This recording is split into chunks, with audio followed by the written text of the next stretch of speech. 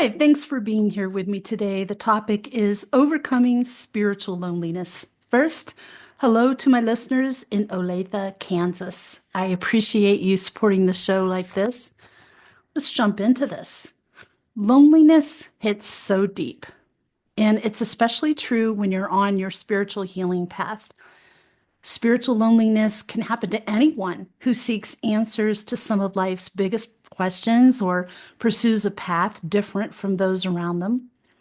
And as you start on the path of self discovery, your evolving self may feel vastly different from your family, friends, or even your former self.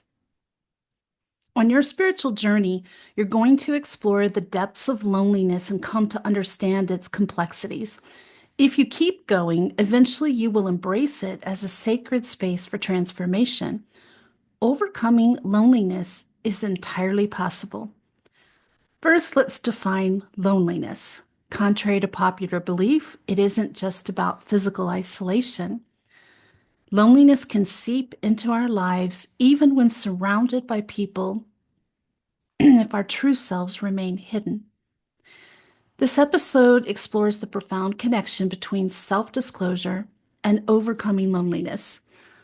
Loneliness doesn't only manifest when we're physically alone. Again, it creeps in when our inner selves feel unseen, unheard, and unsupported. It's not uncommon to feel lonely within relationships or even surrounded by family if our authentic selves are not acknowledged. When we withhold parts of ourselves, we build barriers that prevent genuine connection. Consider this. How often do you censor your thoughts or emotions during conversations? How frequently do you hold back your true feelings or experiences because you're fearing being judged or perhaps rejected? Take a moment to reflect on these questions, and as always, feel free to share your thoughts in the comments section. I want to talk about bringing your authentic self forward. We must take apart the barriers that we've erected against our true selves to fight loneliness. And this process unfolds in three transformative processes. Number one is clarity. So understand the barriers. Begin by gaining clarity on the barriers that exist between you and yourself. Explore the ways that you judge, shame, or perceive yourself as being less than or not good enough. Reflect on the origin of these beliefs. Often they stem from past experiences or societal expectations. Two is having courage to release old trauma. Courageously release those old traumas stored in your body that influence your present. In this phase, one thing you can, well, actually, two things you can do is go through tantric meditation, somatic healing yoga, just two options. We prevent past stories from interfering in our current lives by addressing trauma at the bodily level. Three is consistency, cultivating self connection. Consistency is key to transformation. Learn to become that authentic self daily through techniques that lead to self connection. This will allow you to integrate this process into your life seamlessly, and in turn, this leads to fostering inner transformation that paves the way for genuine connections. We'll talk about your inner transformation. So let's dive deeper into loneliness, what it is, and what it can mean for your spiritual path. Starting a spiritual growth journey is a beautiful process, but be prepared because it can be highly challenging. As we evolve, taking apart old beliefs and shifting mindsets, we can easily find ourselves questioning our connections, both personally and professionally. This happened to me multiple times during my own journey so far. I want to help you see the value in having an uncomfortable shift. So, when in the midst of spiritual transformation, it is common to feel a bit lost. I've been there, shifting my beliefs on a fundamental level and experiencing the exhilaration of internal change. However, at times I wondered, have I become too different to attract love? Am I too different now to enjoy simple pleasures of life? This phase of the process became essential to my own journey. I found a balance between embracing my evolving self and maintaining spiritual integrity, and so can you. So, I want to talk about loneliness as a sacred space. Loneliness does not have to be an emotionally desolate experience. There may be a multitude of varying signs or symptoms that anyone could have during awakening, and no two would ever be the same. But one symptom that I see universally with my clients is loneliness. Ironically, we are united in that. I went through it too, and for the most part, I spent my awakening saddened by that loneliness, reflecting on the complexity of my experience and wondering how anyone could ever possibly understand what I was going through. Sound familiar? I thought somehow I was flawed. I even thought I was going crazy in the early stages. I thought I was entirely alone, and I had no idea that so many others were going through the same thing. It wasn't until long after the intensity of my awakening had calmed that I began to see how this loneliness had served me. I began to recognize that the loneliness I had experienced had a purpose, and it had benefited me in numerous ways. That doesn't mean you have to suffer it, but we'll talk about that more in a little bit. In fact, this loneliness can be viewed as sacred. Much like sacred spaces that aren't always comfortable and hold profound potency, loneliness too has a transformative nature. It invites us to explore the depths of our being, nudging us to uncover hidden facets of our essence. So here's some of the purposes loneliness can serve. One is loneliness shifts our relationships. In a weird way, loneliness starts it all.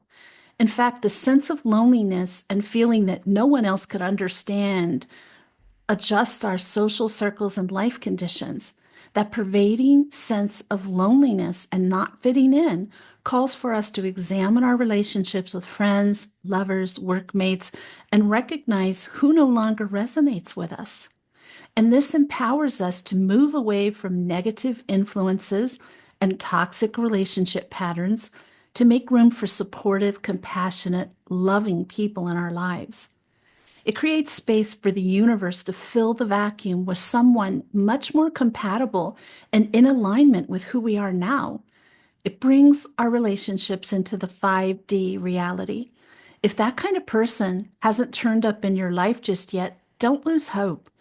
As you clear your vibration, your frequency, and become more aligned, they will start showing up in your life. Two, loneliness brings our focus forward. Generally, we've spent most of our lives looking outward. And initially, we may have lived from ego, focusing on more physical things like how we look, social status, money. But all these things fade eventually, or they crumble because that's sometimes the case during spiritual awakening. We've also been raised to look outward for guidance on which path to take or to consistently look to others for a decision making. That all changes when we experience loneliness. All the crutches we've clung to throughout our lives get whipped away from us. It might be your big house, your fancy job, or the people in your life that you've become emotionally dependent on. And maybe this sounds cruel, but it really does have an excellent purpose. When we can no longer rely on sources outside of ourselves, and when there really is nowhere else to turn, finally we turn inward. And that, my friends, is where the fundamental transformation begins. That is what takes us from meek and mild mannered to fully independent, standing in our power, fully expressing our gifts, and fulfilling our greatest passion and purpose. That can't happen unless you search inward enough to find yourself and unearth all those incredible strengths you have within you. And don't worry if those virtues haven't yet shown up, because they will. Remember, everything in divine time. Number three, loneliness awakens the truth of our divinity. How ironic that this all consuming sense of loneliness is the very thing that awakens us most. You see, when you finally release all of these crutches that you used to lean on, you finally go inward. And when you go inward, You begin to remember the truth of who and what you really are. That can unearth a different sense of loneliness, which is a loneliness of the soul. And this is where we begin to realize that Earth is not our true home. We get a sense that home is somewhere else.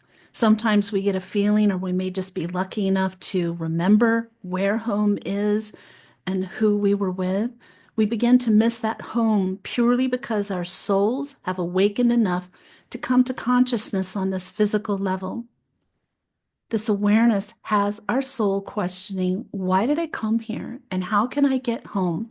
And for most of us, home is on the other side. It's the spirit life. It's when we're in spirit form on the other side. That's home. And it's hard to be here in human form. So if you find yourself starting to long more for the being in spirit and everything that brings with it, that's a natural thing too. You might even get a sense of a mission or a life purpose that you just don't want anymore.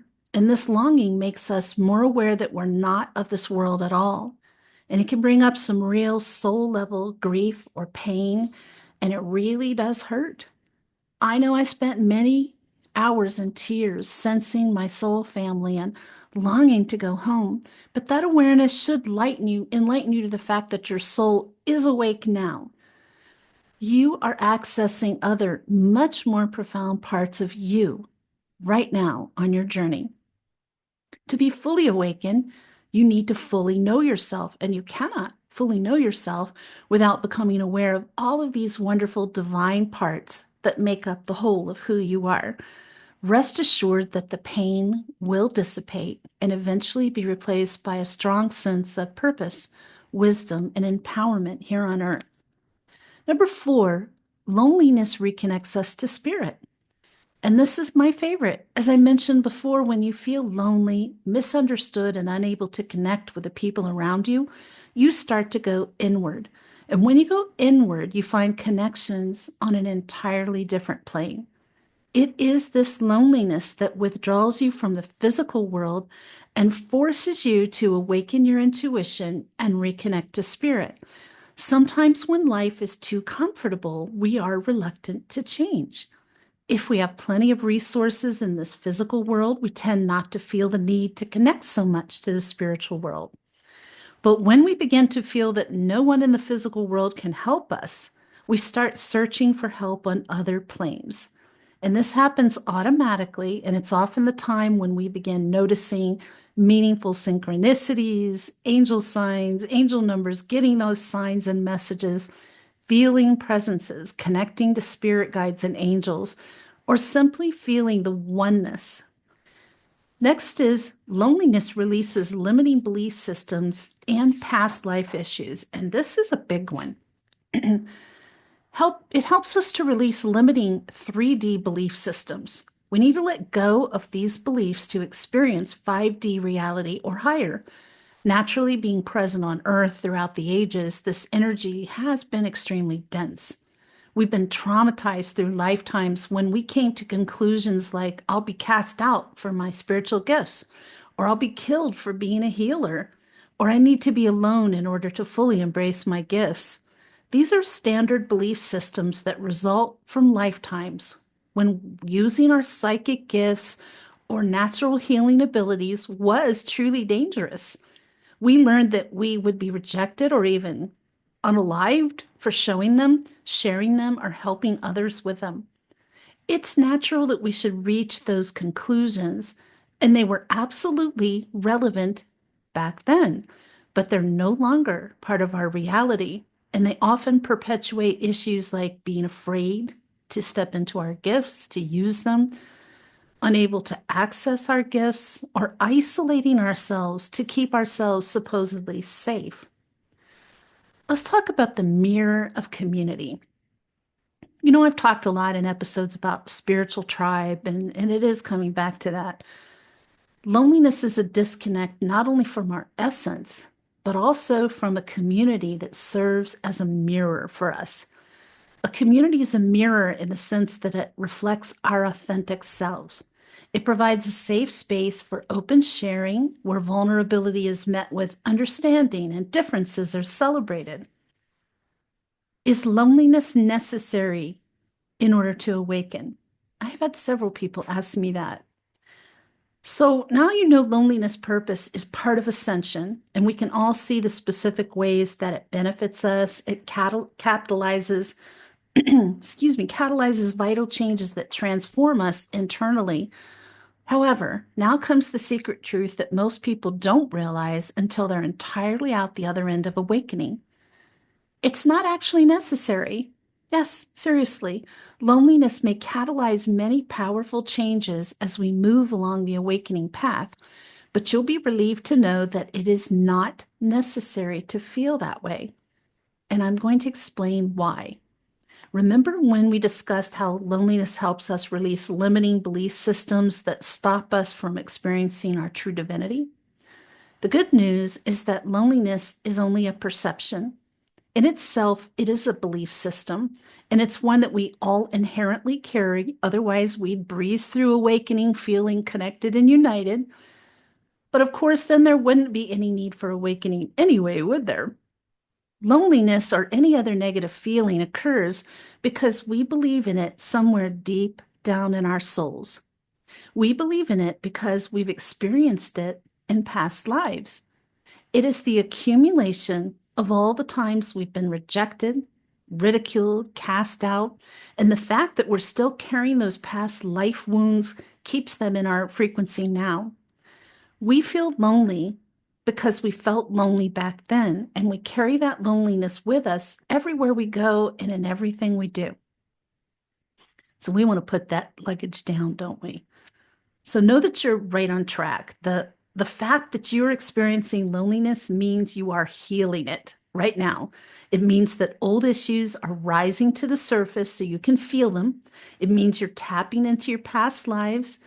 And even though it hurts, it means you're healing your soul. It means you're right where you're meant to be in your awakening journey, no matter how lonely or difficult it may be. Know that feeling lonely now and then means you're doing just fine. I like to reframe loneliness for us a bit too, because when it's reframed, loneliness becomes an invitation to a sacred connection. It's an opportunity to create a community that mirrors and celebrates your evolving self. If the journey feels isolating, remember that sacred spaces are not always comfortable. They can be highly transformative. As you navigate the depths of loneliness on your own spiritual journey, remember that you are not truly alone. Try to embrace discomfort as a sign of growth and consider loneliness a sacred space that's beckoning you to explore the profound nature of your evolving self. Connect with communities that serve as mirrors and transform loneliness into a journey of sacred connection. As a spiritual counselor, I've worked with people of different ages, backgrounds, and stages for the last 20 plus years. I've realized that having a community that understands what you're going through is key to success in your spiritual journey. That's why I created my Patreon page. It gives you instant community. It's essential to give people on a spiritual journey a place to discuss things with others who are on the same journey. I encourage you to find an authentic, safe, and fun spiritual community that feels good to you. Spiritual healing doesn't always have to be complicated, heavy, or lonely. I hope this episode's helpful for you. I just keep listening to my angels on topics to discuss, and it ends up that many people are right there. So I have a feeling this one will hit home for a lot of you as well. Tune in next Sunday. The topic is Reset Your Life at Any Age. And in the meantime, may your angels surround you. May your angels protect you every moment, every day of your life. I'll see you next week.